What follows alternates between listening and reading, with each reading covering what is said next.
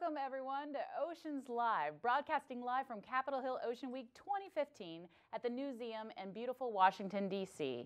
From June 9th through the 11th, oceanslive.org will be your one-stop source for every CHOW panel on the latest in ocean policy. And in between every CHOW session, keep it tuned right here to oceanslive.org for Capitol Hill Ocean Talk with me, Kate Thompson, from NOAA's Office of National Marine Sanctuaries as your host. CHOW officially begins at 10:30 a.m. with the opening keynote from Her Excellency, Ms. Ségolène Royal, the French Minister for Ecology, Energy, and Transportation. But before Minister Royal addresses CHOW audiences, we have an inside look at the organization behind CHOW, the National Marine Sanctuary Foundation, and what's ahead for the next 3 days. In studio this morning, we have Jason Patlis, President and CEO of the National Marine Sanctuary Foundation, Dawn Martin, Vice Chair and Treasurer of the National Marine Sanctuary Foundation Board of Trustees, and the President and Chair of the Board for CWEB, and Drew Train, the Managing Partner of OBERLAND, a New York-based cause marketing firm.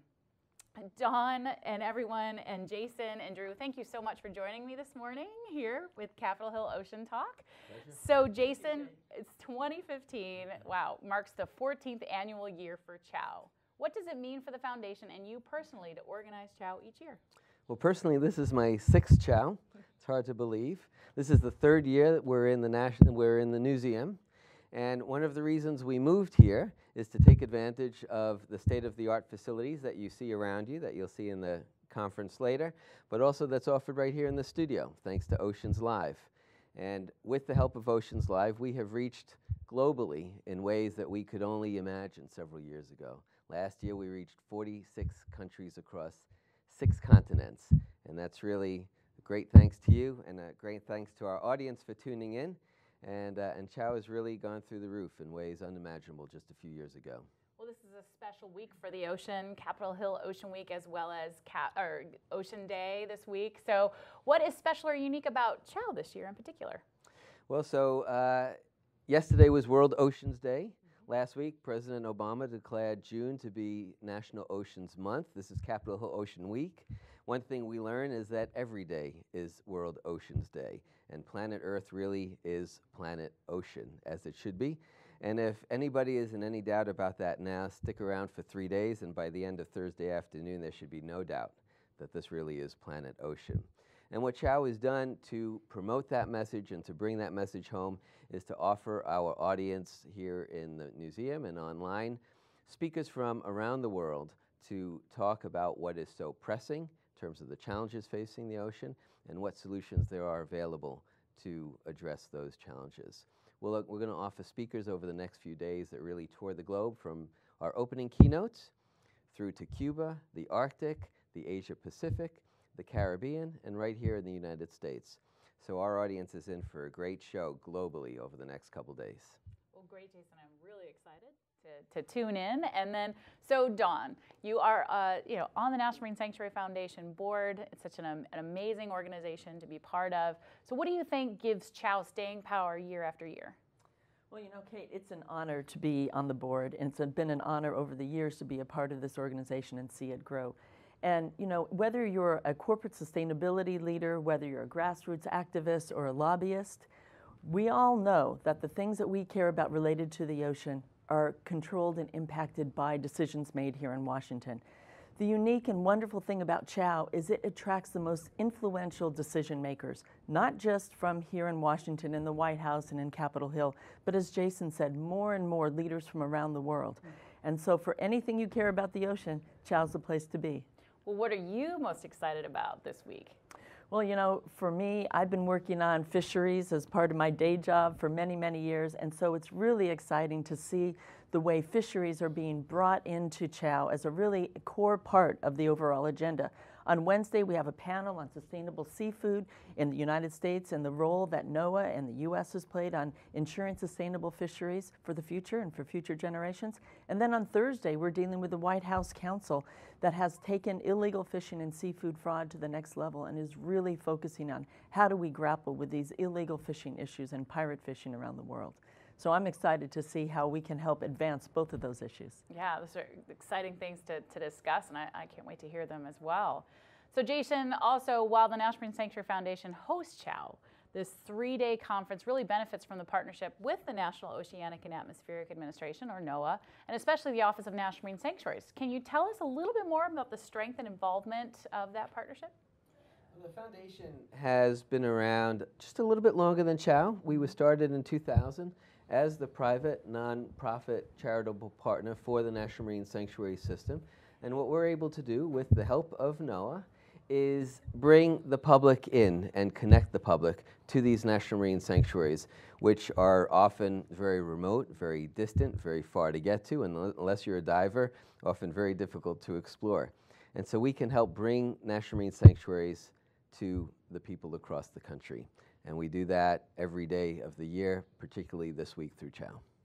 Well, this past year was really exciting for National Marine Sanctuaries, and it was announced right here 1 year ago at CHOW 2014 that the Counselor to the President, John Podesta, announced the opening of the new National Marine Sanctuary nomination process, which hadn't happened in over a decade, longer, almost 15 years.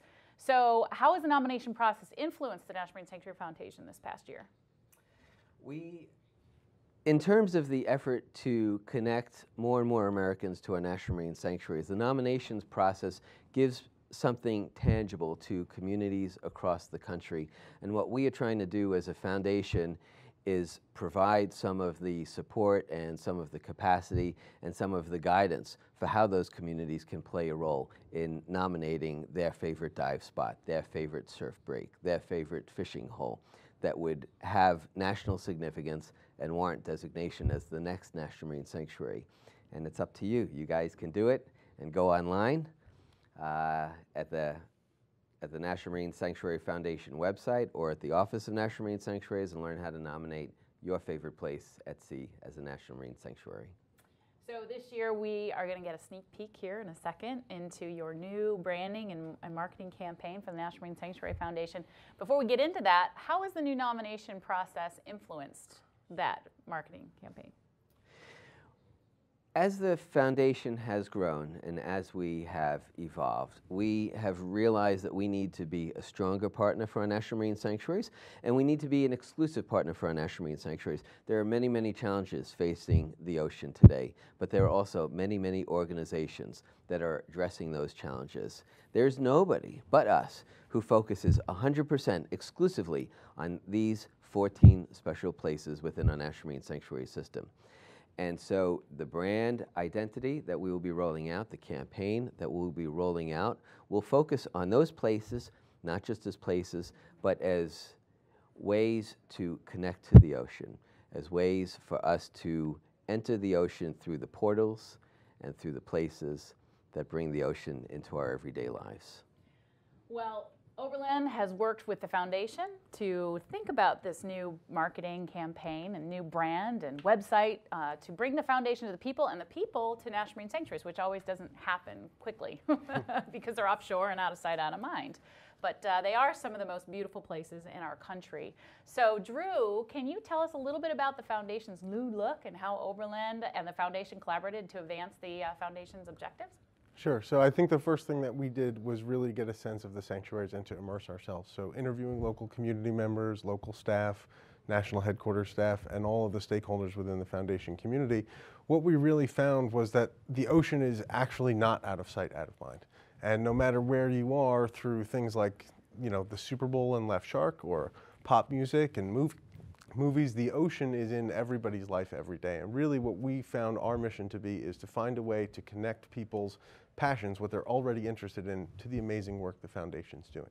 So if you're already interested in CSI and forensic science, then you should explore what we're doing on the Monitor and recreating the faces of sailors who died 100 years ago. There are all these interesting little things that are happening, and our job was really to find a way to bring them to the surface and expose them to the public in interesting, relevant, and timely ways. Well, marketing is in our lives everywhere, from the Nike brand to Target to Starbucks. I mean, it's everything we see, it's everything we hear. So how do you take the balance, the need to emphasize the foundation's partnership with NOAA, which is a government agency, and then make a new brand iconic, like these logos that I was just discussing? How do you do that? How do you create that balance? Well, you start at the source. And in this case, that's NOAA and the Office of National Marine Sanctuaries. And their common symbol is the whale tail. And we really tried to start with that as our inspiration and find a way to shape the tail and the waves below it into a more modern iconographic symbol that can stand up, as a sticker on the back of a Mac, which is where it'll wind up, truthfully, in a lot of places. So in doing that, we just really modernized the shape of the whale tail. We put it on a solid color background, and the bold, wavy lines become the common graphic element as you extend the brand from the main logo to the CHOW logo and to other assets that'll be coming out in the future. So it was important for us to really draw the connection between the existing Sanctuary brand and the new brand for the foundation and make sure that marriage stayed strong. So not only do you have the logo for CHOW and the logo, of course, for the National Marine Sanctuary Foundation, but there's other things that go with marketing. So Sure. What are some of those? Can you give us a little bit of sneak peek into some of those things? I sure can. So in the programs today on the inside cover, you should find one of our new ads from the campaign. This is our Capitol Hill. I think we have the title card. And that'll give you a sense of where we're going with the idea of trying to bring people into the sanctuaries by referencing something that they're already familiar with and encouraging them to go a little bit deeper and explore. So you'll see that. Also throughout the week, you'll see some of the new brand identity on folders and collateral and things like that. Should be rolling out a new website in July, and then broadly speaking, a big campaign in October when our 20th anniversary celebration happens. So we're very excited to bring that to the public. Awesome. They look great, and Thank I'm you. so excited to see everything new that's coming with it. So Jason, what does this new brand mean for the foundation? Well, you will see when I introduce the minister a little more what the brand means for the foundation. But it's really what the foundation means for the brand. It's a way for us to grow into the new position that we are taking with respect to serving as a much stronger partner for National Marine Sanctuaries, focusing, zeroing in on our National Marine Sanctuaries and really bringing that to the public. And that's what everybody will get to enjoy in the next few minutes and over the next few months. Well, great. I mean, we have some amazing panels obviously coming up later this afternoon, as well as this evening. We have the awards gala, or the ocean prom, as it's been coined. Everybody that gets to dress up and go and do wonderful things to celebrate the ocean and give awards. Can you give us a little bit of a smidge on what we are to expect from the gala this evening? Well, for the gala, we highlight ocean champions, and we find ocean champions across the board, as political leaders, as philanthropists, as scientists, as explorers, as volunteers. And so we have three major awards that we give out, one for political leadership, and this year the award goes to President Bush and First Lady Laura Bush, because they, more than anybody else, opened the floodgates to large-scale marine protected areas that we have seen the world embrace since 2006, the first one and the largest one being from the United States, signed into law by the President. And we have Jeremy Jackson, a wonderful scientist, as our Lifetime Achievement Award, and we have our very own Richard Matzinger, Volunteer of the Year from Fairlawn's National Marine Sanctuary. Well, I'm very, very excited for this evening, and we actually are going to show some highlights tomorrow on the show from the gala. So stay tuned for that tomorrow to see some of the quick, great highlights from tonight's evening event.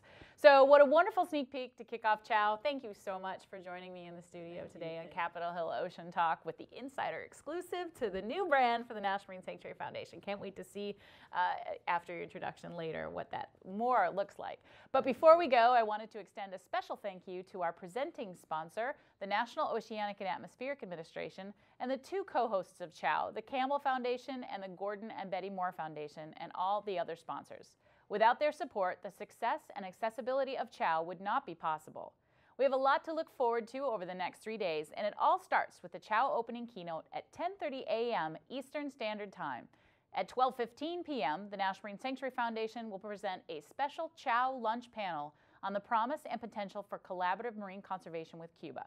And don't forget to join me again right here at 2:30 p.m. Eastern Standard Time for another episode of Capitol Hill Ocean Talk and a discussion about new models to address the impacts of climate change. Keep it right here on oceanslive.org to stream everything CHOW. Have an amazing day, and thank you for tuning in.